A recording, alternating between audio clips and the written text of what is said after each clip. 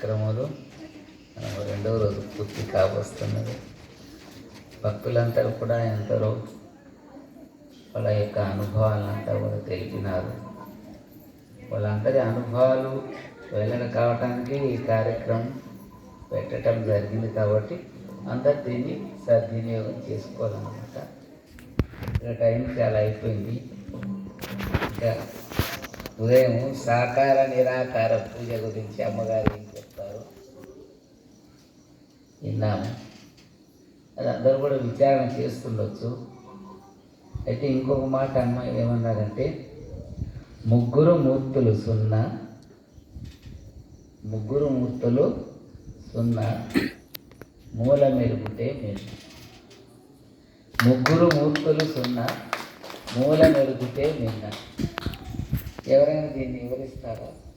పండితులు కానీ భక్తులు కానీ. అమ్మగారు ఏమన్నారు? ముగ్గురు మూర్తులు సున్నా, మూల మెరుగుతే నిన్న అన్నారు. అంటే దాని అర్థం ఏంటి? ఎవరైనా చెప్తారా అంటుంది. పండితులు కానీ లేకపోతే భక్తులు కానీ ఎవరైనా చెప్తే మంచిది అన్నమాట. ఏమంటారు? ఎవరైనా ఒకరు వచ్చి ముందుకు చెప్తే దాని అమ్మగారు అన్న యొక్క మాటకి అర్థం తెలుసుకోవాలి. ఇప్పుడు నడుస్తున్నదంతా కూడా అజ్ఞానం. అదంతా ఎందుకు ఆ విధంగా జరిగిందంటే, కలియుగం 5000 సంవత్సరాలు అయిపోయి 125 ఏళ్ళు ఎక్కువ అయిపోయింది. 5 ఏళ్ళ వరకు ఆ యొక్క సాకార పూజ జరగాలని భగవంతుడి నిర్ణయం అన్న.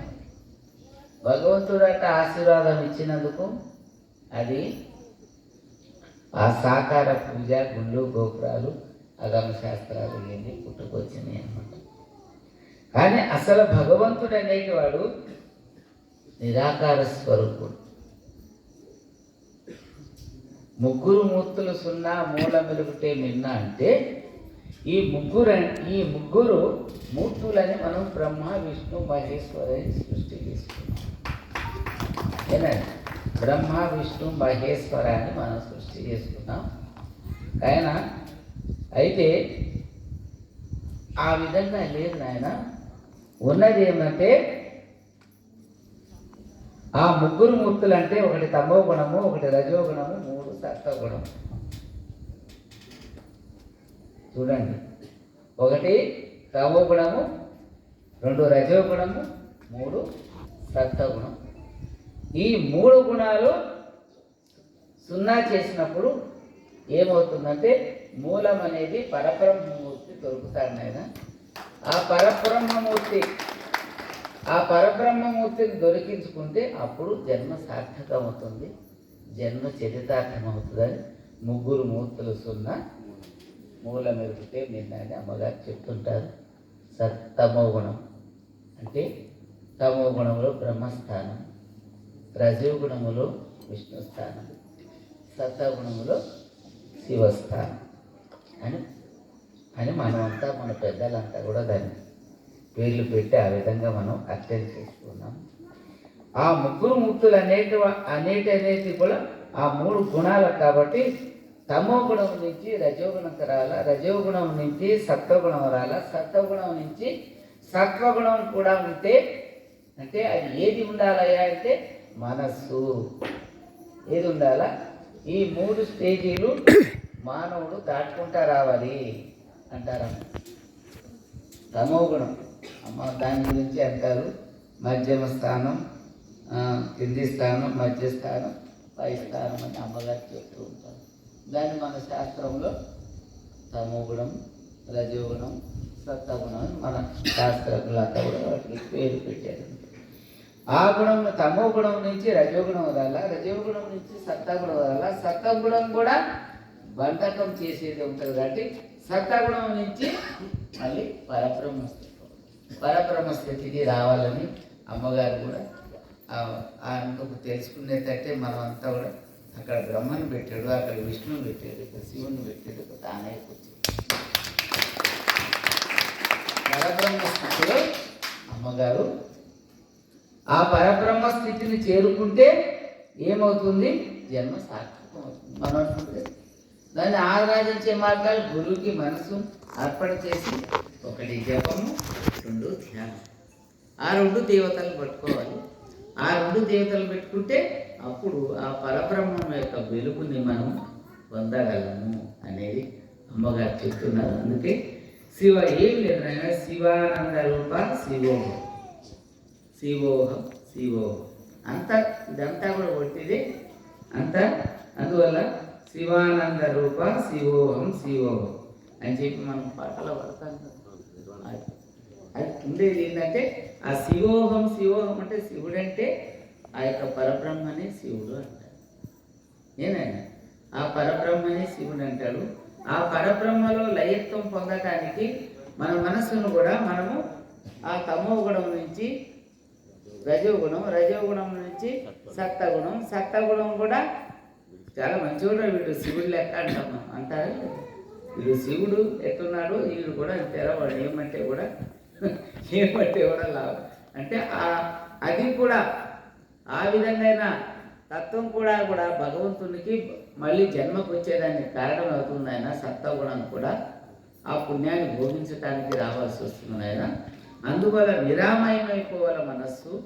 ఎప్పుడైతే నిరామయమై నిర్లిప్తై అప్పుడు గురువులో లయమైపోతారు అని అంటారు అమ్మోళ్ళు. మనం ఈ యొక్క ఇది చెప్పి అమ్మగారు మనకు చిన్న చిన్న మాటలతోటి మనకంతా కూడా చెప్తూ ఉంటారు. కాబట్టి మనమంతా తెలుసుకొని జపతపాలను మనము అనుసరించి ఏనైనా గుణ విశేషాన్ని ఏర్పాటు చేసుకుంటూ జన్మ చేసుకున్న మాట ప్రతి ఒక్కరు కూడా విచారణ చేయవలసి వస్తుందన్నమాట. అందుకే మనం గురువు దగ్గర చేరేం కాబట్టి మనం అందరం కూడా ధన్యులమే, మనమంతా పుణ్యులమే. ఇప్పుడు అమ్మగారితో మాట్లాడే అవకాశం కలిగిందంటే అది భాగ్యమే. ఆ భాగ్యాన్ని మనం ఉపయోగించేసుకోవాలి. అమ్మగారు మనతో మాట్లాడినారని దుఃఖం లేక మనం కోరాలి. శరణార్థి అంటారు కదా, మనము శరణయ్యే ఉండాలన్నమాట. శరణయ్యి ఉంటే మనకు వచ్చే నష్టం ఏమి లేదు. నేనను భావనలే మనకి ఏం చేస్తుంది, అపకారం చేస్తుంది. సర్వప్రపంచంలో నేననే అహంభావమే అవుతుంది. అందుకని గురువు యొక్క పాదుకలనే మనం అర్చన చేస్తాం. ఎందుకు? గురువు పాదాల్లో అంతా నిజం ఉన్నది. మనం శరణాది పాదుకలకి నమస్కారం చేస్తాం కదా, గురు పాదాలకి. అందుకని గురు పాదాలకే మనం సాష్టాంగం చేస్తాం. ఎందుకు? నేను శరణార్థిని, నాదేమి లేదు, నీవు తప్ప నాకేం లేదు. అందుకే చెప్తారు కదా మన వాళ్ళు, ద్రౌపది దేవి పొంగిట పట్టుకొని ఉన్నంత వరకు కృష్ణ భగవానుడు రక్షించలేదు. ఎప్పుడైతే కృష్ణ నీవే అన్నప్పుడే భగవంతుడు రక్ష చేసినాడు అని ఈ విధంగా మనవాడు చెప్తుంటారు. అందువల్ల సర్వం నీవే భగవంత, అది ఉంటేనే మనకి అంతా కూడా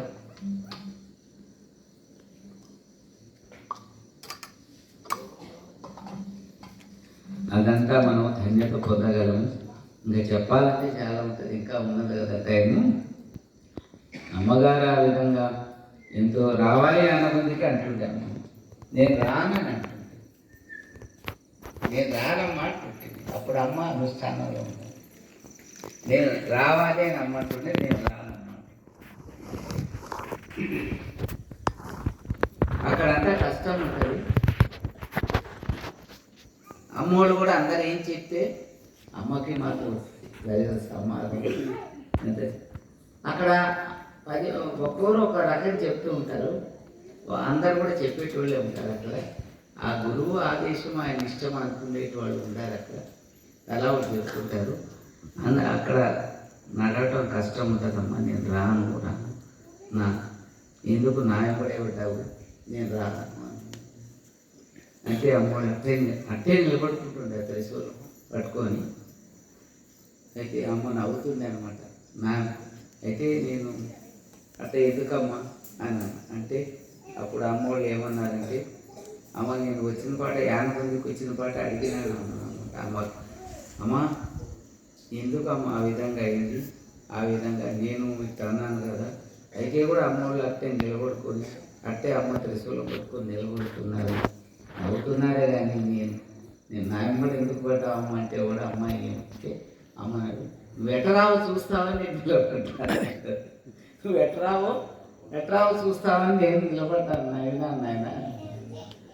భగవంతుని యొక్క లీలలు చెప్పుకుంటా పోతే అత్యద్భుతాలు ఉంటాయి. నేనే అదంతా మనం తెలుసుకుని నడవాలి. అమ్మంటే మామూలు కాదనేది అందరికీ తెలుసు, కానీ ఇంకా కొంతమంది ఎందుకో అజ్ఞానంలో దేశంలో ఈర్ష్యలు పోతూ ఉంటారు.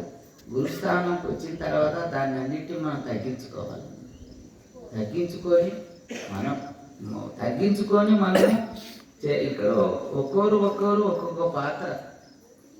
అందరూ నేనే గొప్ప వాళ్ళు గొప్ప అని మనం అనుకోరాదు. మనం గొప్పని మనం ఎన్నడూ కూడా అనుకోరాదు.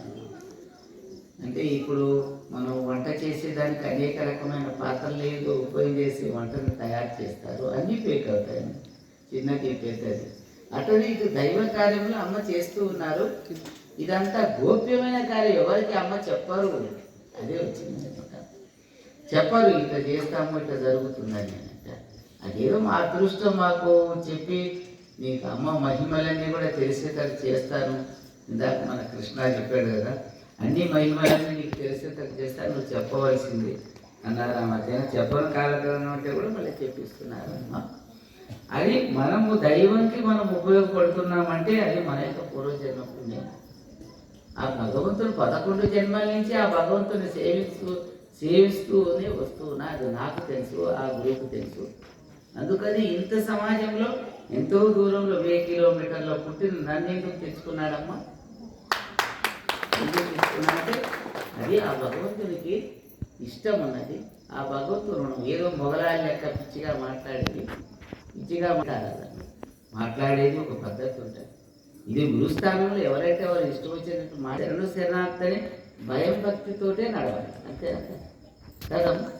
ఇప్పుడు వాళ్ళు లక్ష్మమ్మ వెంకటమ్మ వాళ్ళు ఆడపిల్లలందరూ కూడా ఉదయాన్నే వాళ్ళు ఇంత వయసు అయిపోయింది, ఇంత వయసులో కూడా ఎప్పుడు చేస్తారేమో భగవంతుడికి గురుదేవునికి ఫస్ట్ ఆరతి వాళ్ళే ఇస్తారు. పాదొక్క ఆరతికి వాళ్ళే మొదటి ఆరతి ఇస్తారనమాట. మళ్ళీ ప్రసాదాలు అవన్నీ తయారు చేస్తారు. కానీ ఏమాత్రమైన గర్వం మాట్లాడతారు, మాట్లాడతారు. అది నేర్చుకోవాలి ప్రతి ఒక్కరు. మీరు ఎవరు కమిటీ వాళ్ళు లేరు, ఎవరు పెద్దలు లేరు, ఏది లేదు, అంతా సున్నా. మనమంతా సేవకులము అనే భావనతో మనం నడవాలన్నమాట. నేనని అహం పోతేనే కదా గురువు మనల్ని క్షమించేది, మనల్ని లైవ్ చేసుకునేది. అందువల్ల ఇవన్నీ మనం చెప్పుకునేది కాదు. మీరు నా విన్నపం ఏంటంటే శివనాయనేమి ఎవరు పొగడవద్దు, చేయవద్దు అంటారు. నేను అంటే కూడా మాట్లాడేస్తా ఉంటారు. అది మొదట్లో ఎవరు ఇక్కడ వచ్చి నా నమస్కారం చేయరాదు అంటుండేది. ఇప్పుడు అందరూ చెప్తుంటుంది, మా రాములకి, గోపాలకి, హనుమంతుకి వాళ్ళందరూ కూడా ఎవరిని నమస్కారం చేయరాదు నాయనకి అని చెప్పి అంటుంటుంది. వాళ్ళు మాత్రం ఏం చేస్తారు, భక్తులు వాళ్ళు ఇష్టాన్ని చేస్తున్నారు, అంతా గురువే. ఏదైనా మనకేం సంబంధం లేదు. మనం వచ్చింది ఏంటి, మన గురువు మెప్పితో పొందాలి, ఆయన సంతోషపడాలి, ఆయన యొక్క అనుగ్రహం పొందితే మన జన్మ పావనం. ఇంకేం లేదు. ఏమ్మా ఆమె బేగమ్మా, అమ్మ మెచ్చితే మనము ధన్యులం అవుతాం, అంతే, ఇంకేం లేదు. అమ్మ మనల్ని మెచ్చితే మనము ధన్యులం అవుతాం, అంతే. అంతగా గురువు కరుణ అయితే చాలు, ఇంకేం కాదు. గురువు కరుణ అయిపోయిందంటే మన జన్మ తరించినట్టే. వాళ్ళందరూ ఏమడిగారు ఇక్కడ, సాధమ్మలంతా అమ్మకి ఏమడిగారు, లక్ష్మమ్మ, వెంకటమ్మ, వాళ్ళందరూ, అనంతమ్మ వాళ్ళందరూ కూడా ఏమడిగారు, శివమ్మ వాళ్ళందరూ, అమ్మ మాకేం అక్కర్లేదు, ఏ వరాలు అక్కర్లేదు, ఏ డబ్బులు అక్కర్లేదు, ఏ బంగారు అక్కర్లేదు, ఏం అక్కర్లేదు, మేము సేవ చేస్తాం, అమ్మలో లైవ్ అయిపోవాలని. అమ్మలో లైవ్ అయిపోవాలన్నారు.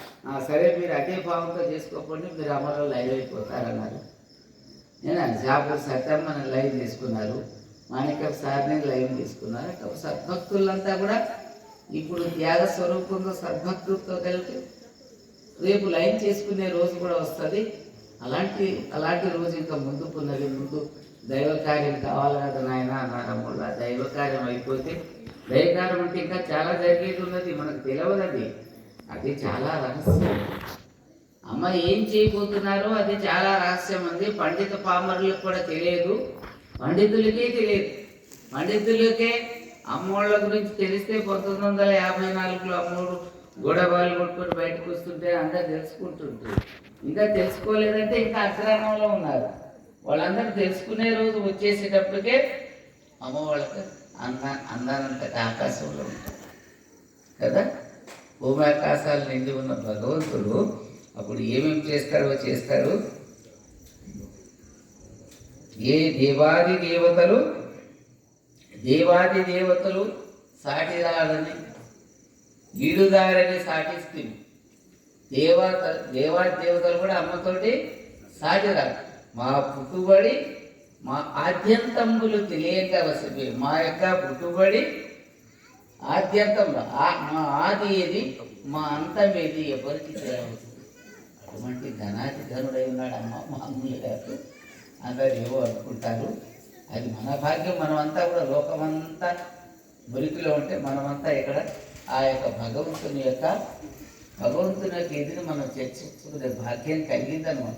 ఏవో జొన్న కాలాలంట, ఏదో అదంట, ఇవన్నీ అవన్నీ చెప్తారు. జీవితం ఎప్పుడు పోతుందో తెలియదు. ఇంకా ఎత్తుకుపోయిపోతే ఈ మానవులకి ఇంకా స్వార్థం ఉంటుండే కానీ ఇంకా బుద్ధి జ్ఞానం రావటం లేదు కదా. భగవంతుని యొక్క భక్తిలో కలపటం ఎంత అది ఎంత ధన్యం.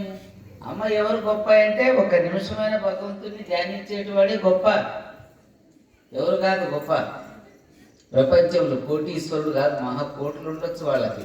వాళ్ళు కోట్లు ఉంటే కూడా వాళ్ళేం గొప్ప కాదు, వాళ్ళు వెంట రావద్దు, అదేం పుణ్యాన్ని ఇవ్వవు. ఏది ఇస్తుందంటే భగవంతుని ఒక్క నిమిషం మనం ధ్యానించగలిగితే, భగవంతుని మనం ఒక నిమిషం స్మరించగలిగితే, ధ్యానించగలిగితే అది మన జన్మ ధన్యులు అవుతున్నారు. అటువంటి వాళ్ళే ధన్యులు అవుతారు అని అమ్మడు పది చెప్తుంటారు. ఇంకా అందరు కూడా ఈ సాకార నిరాకార వృత్తి గురించి అందరు ఆలోచన చేయాలి. నిర్గుణ పరబ్రహ్మ అమ్మ, నిర్గుణ పరబ్రహ్మ.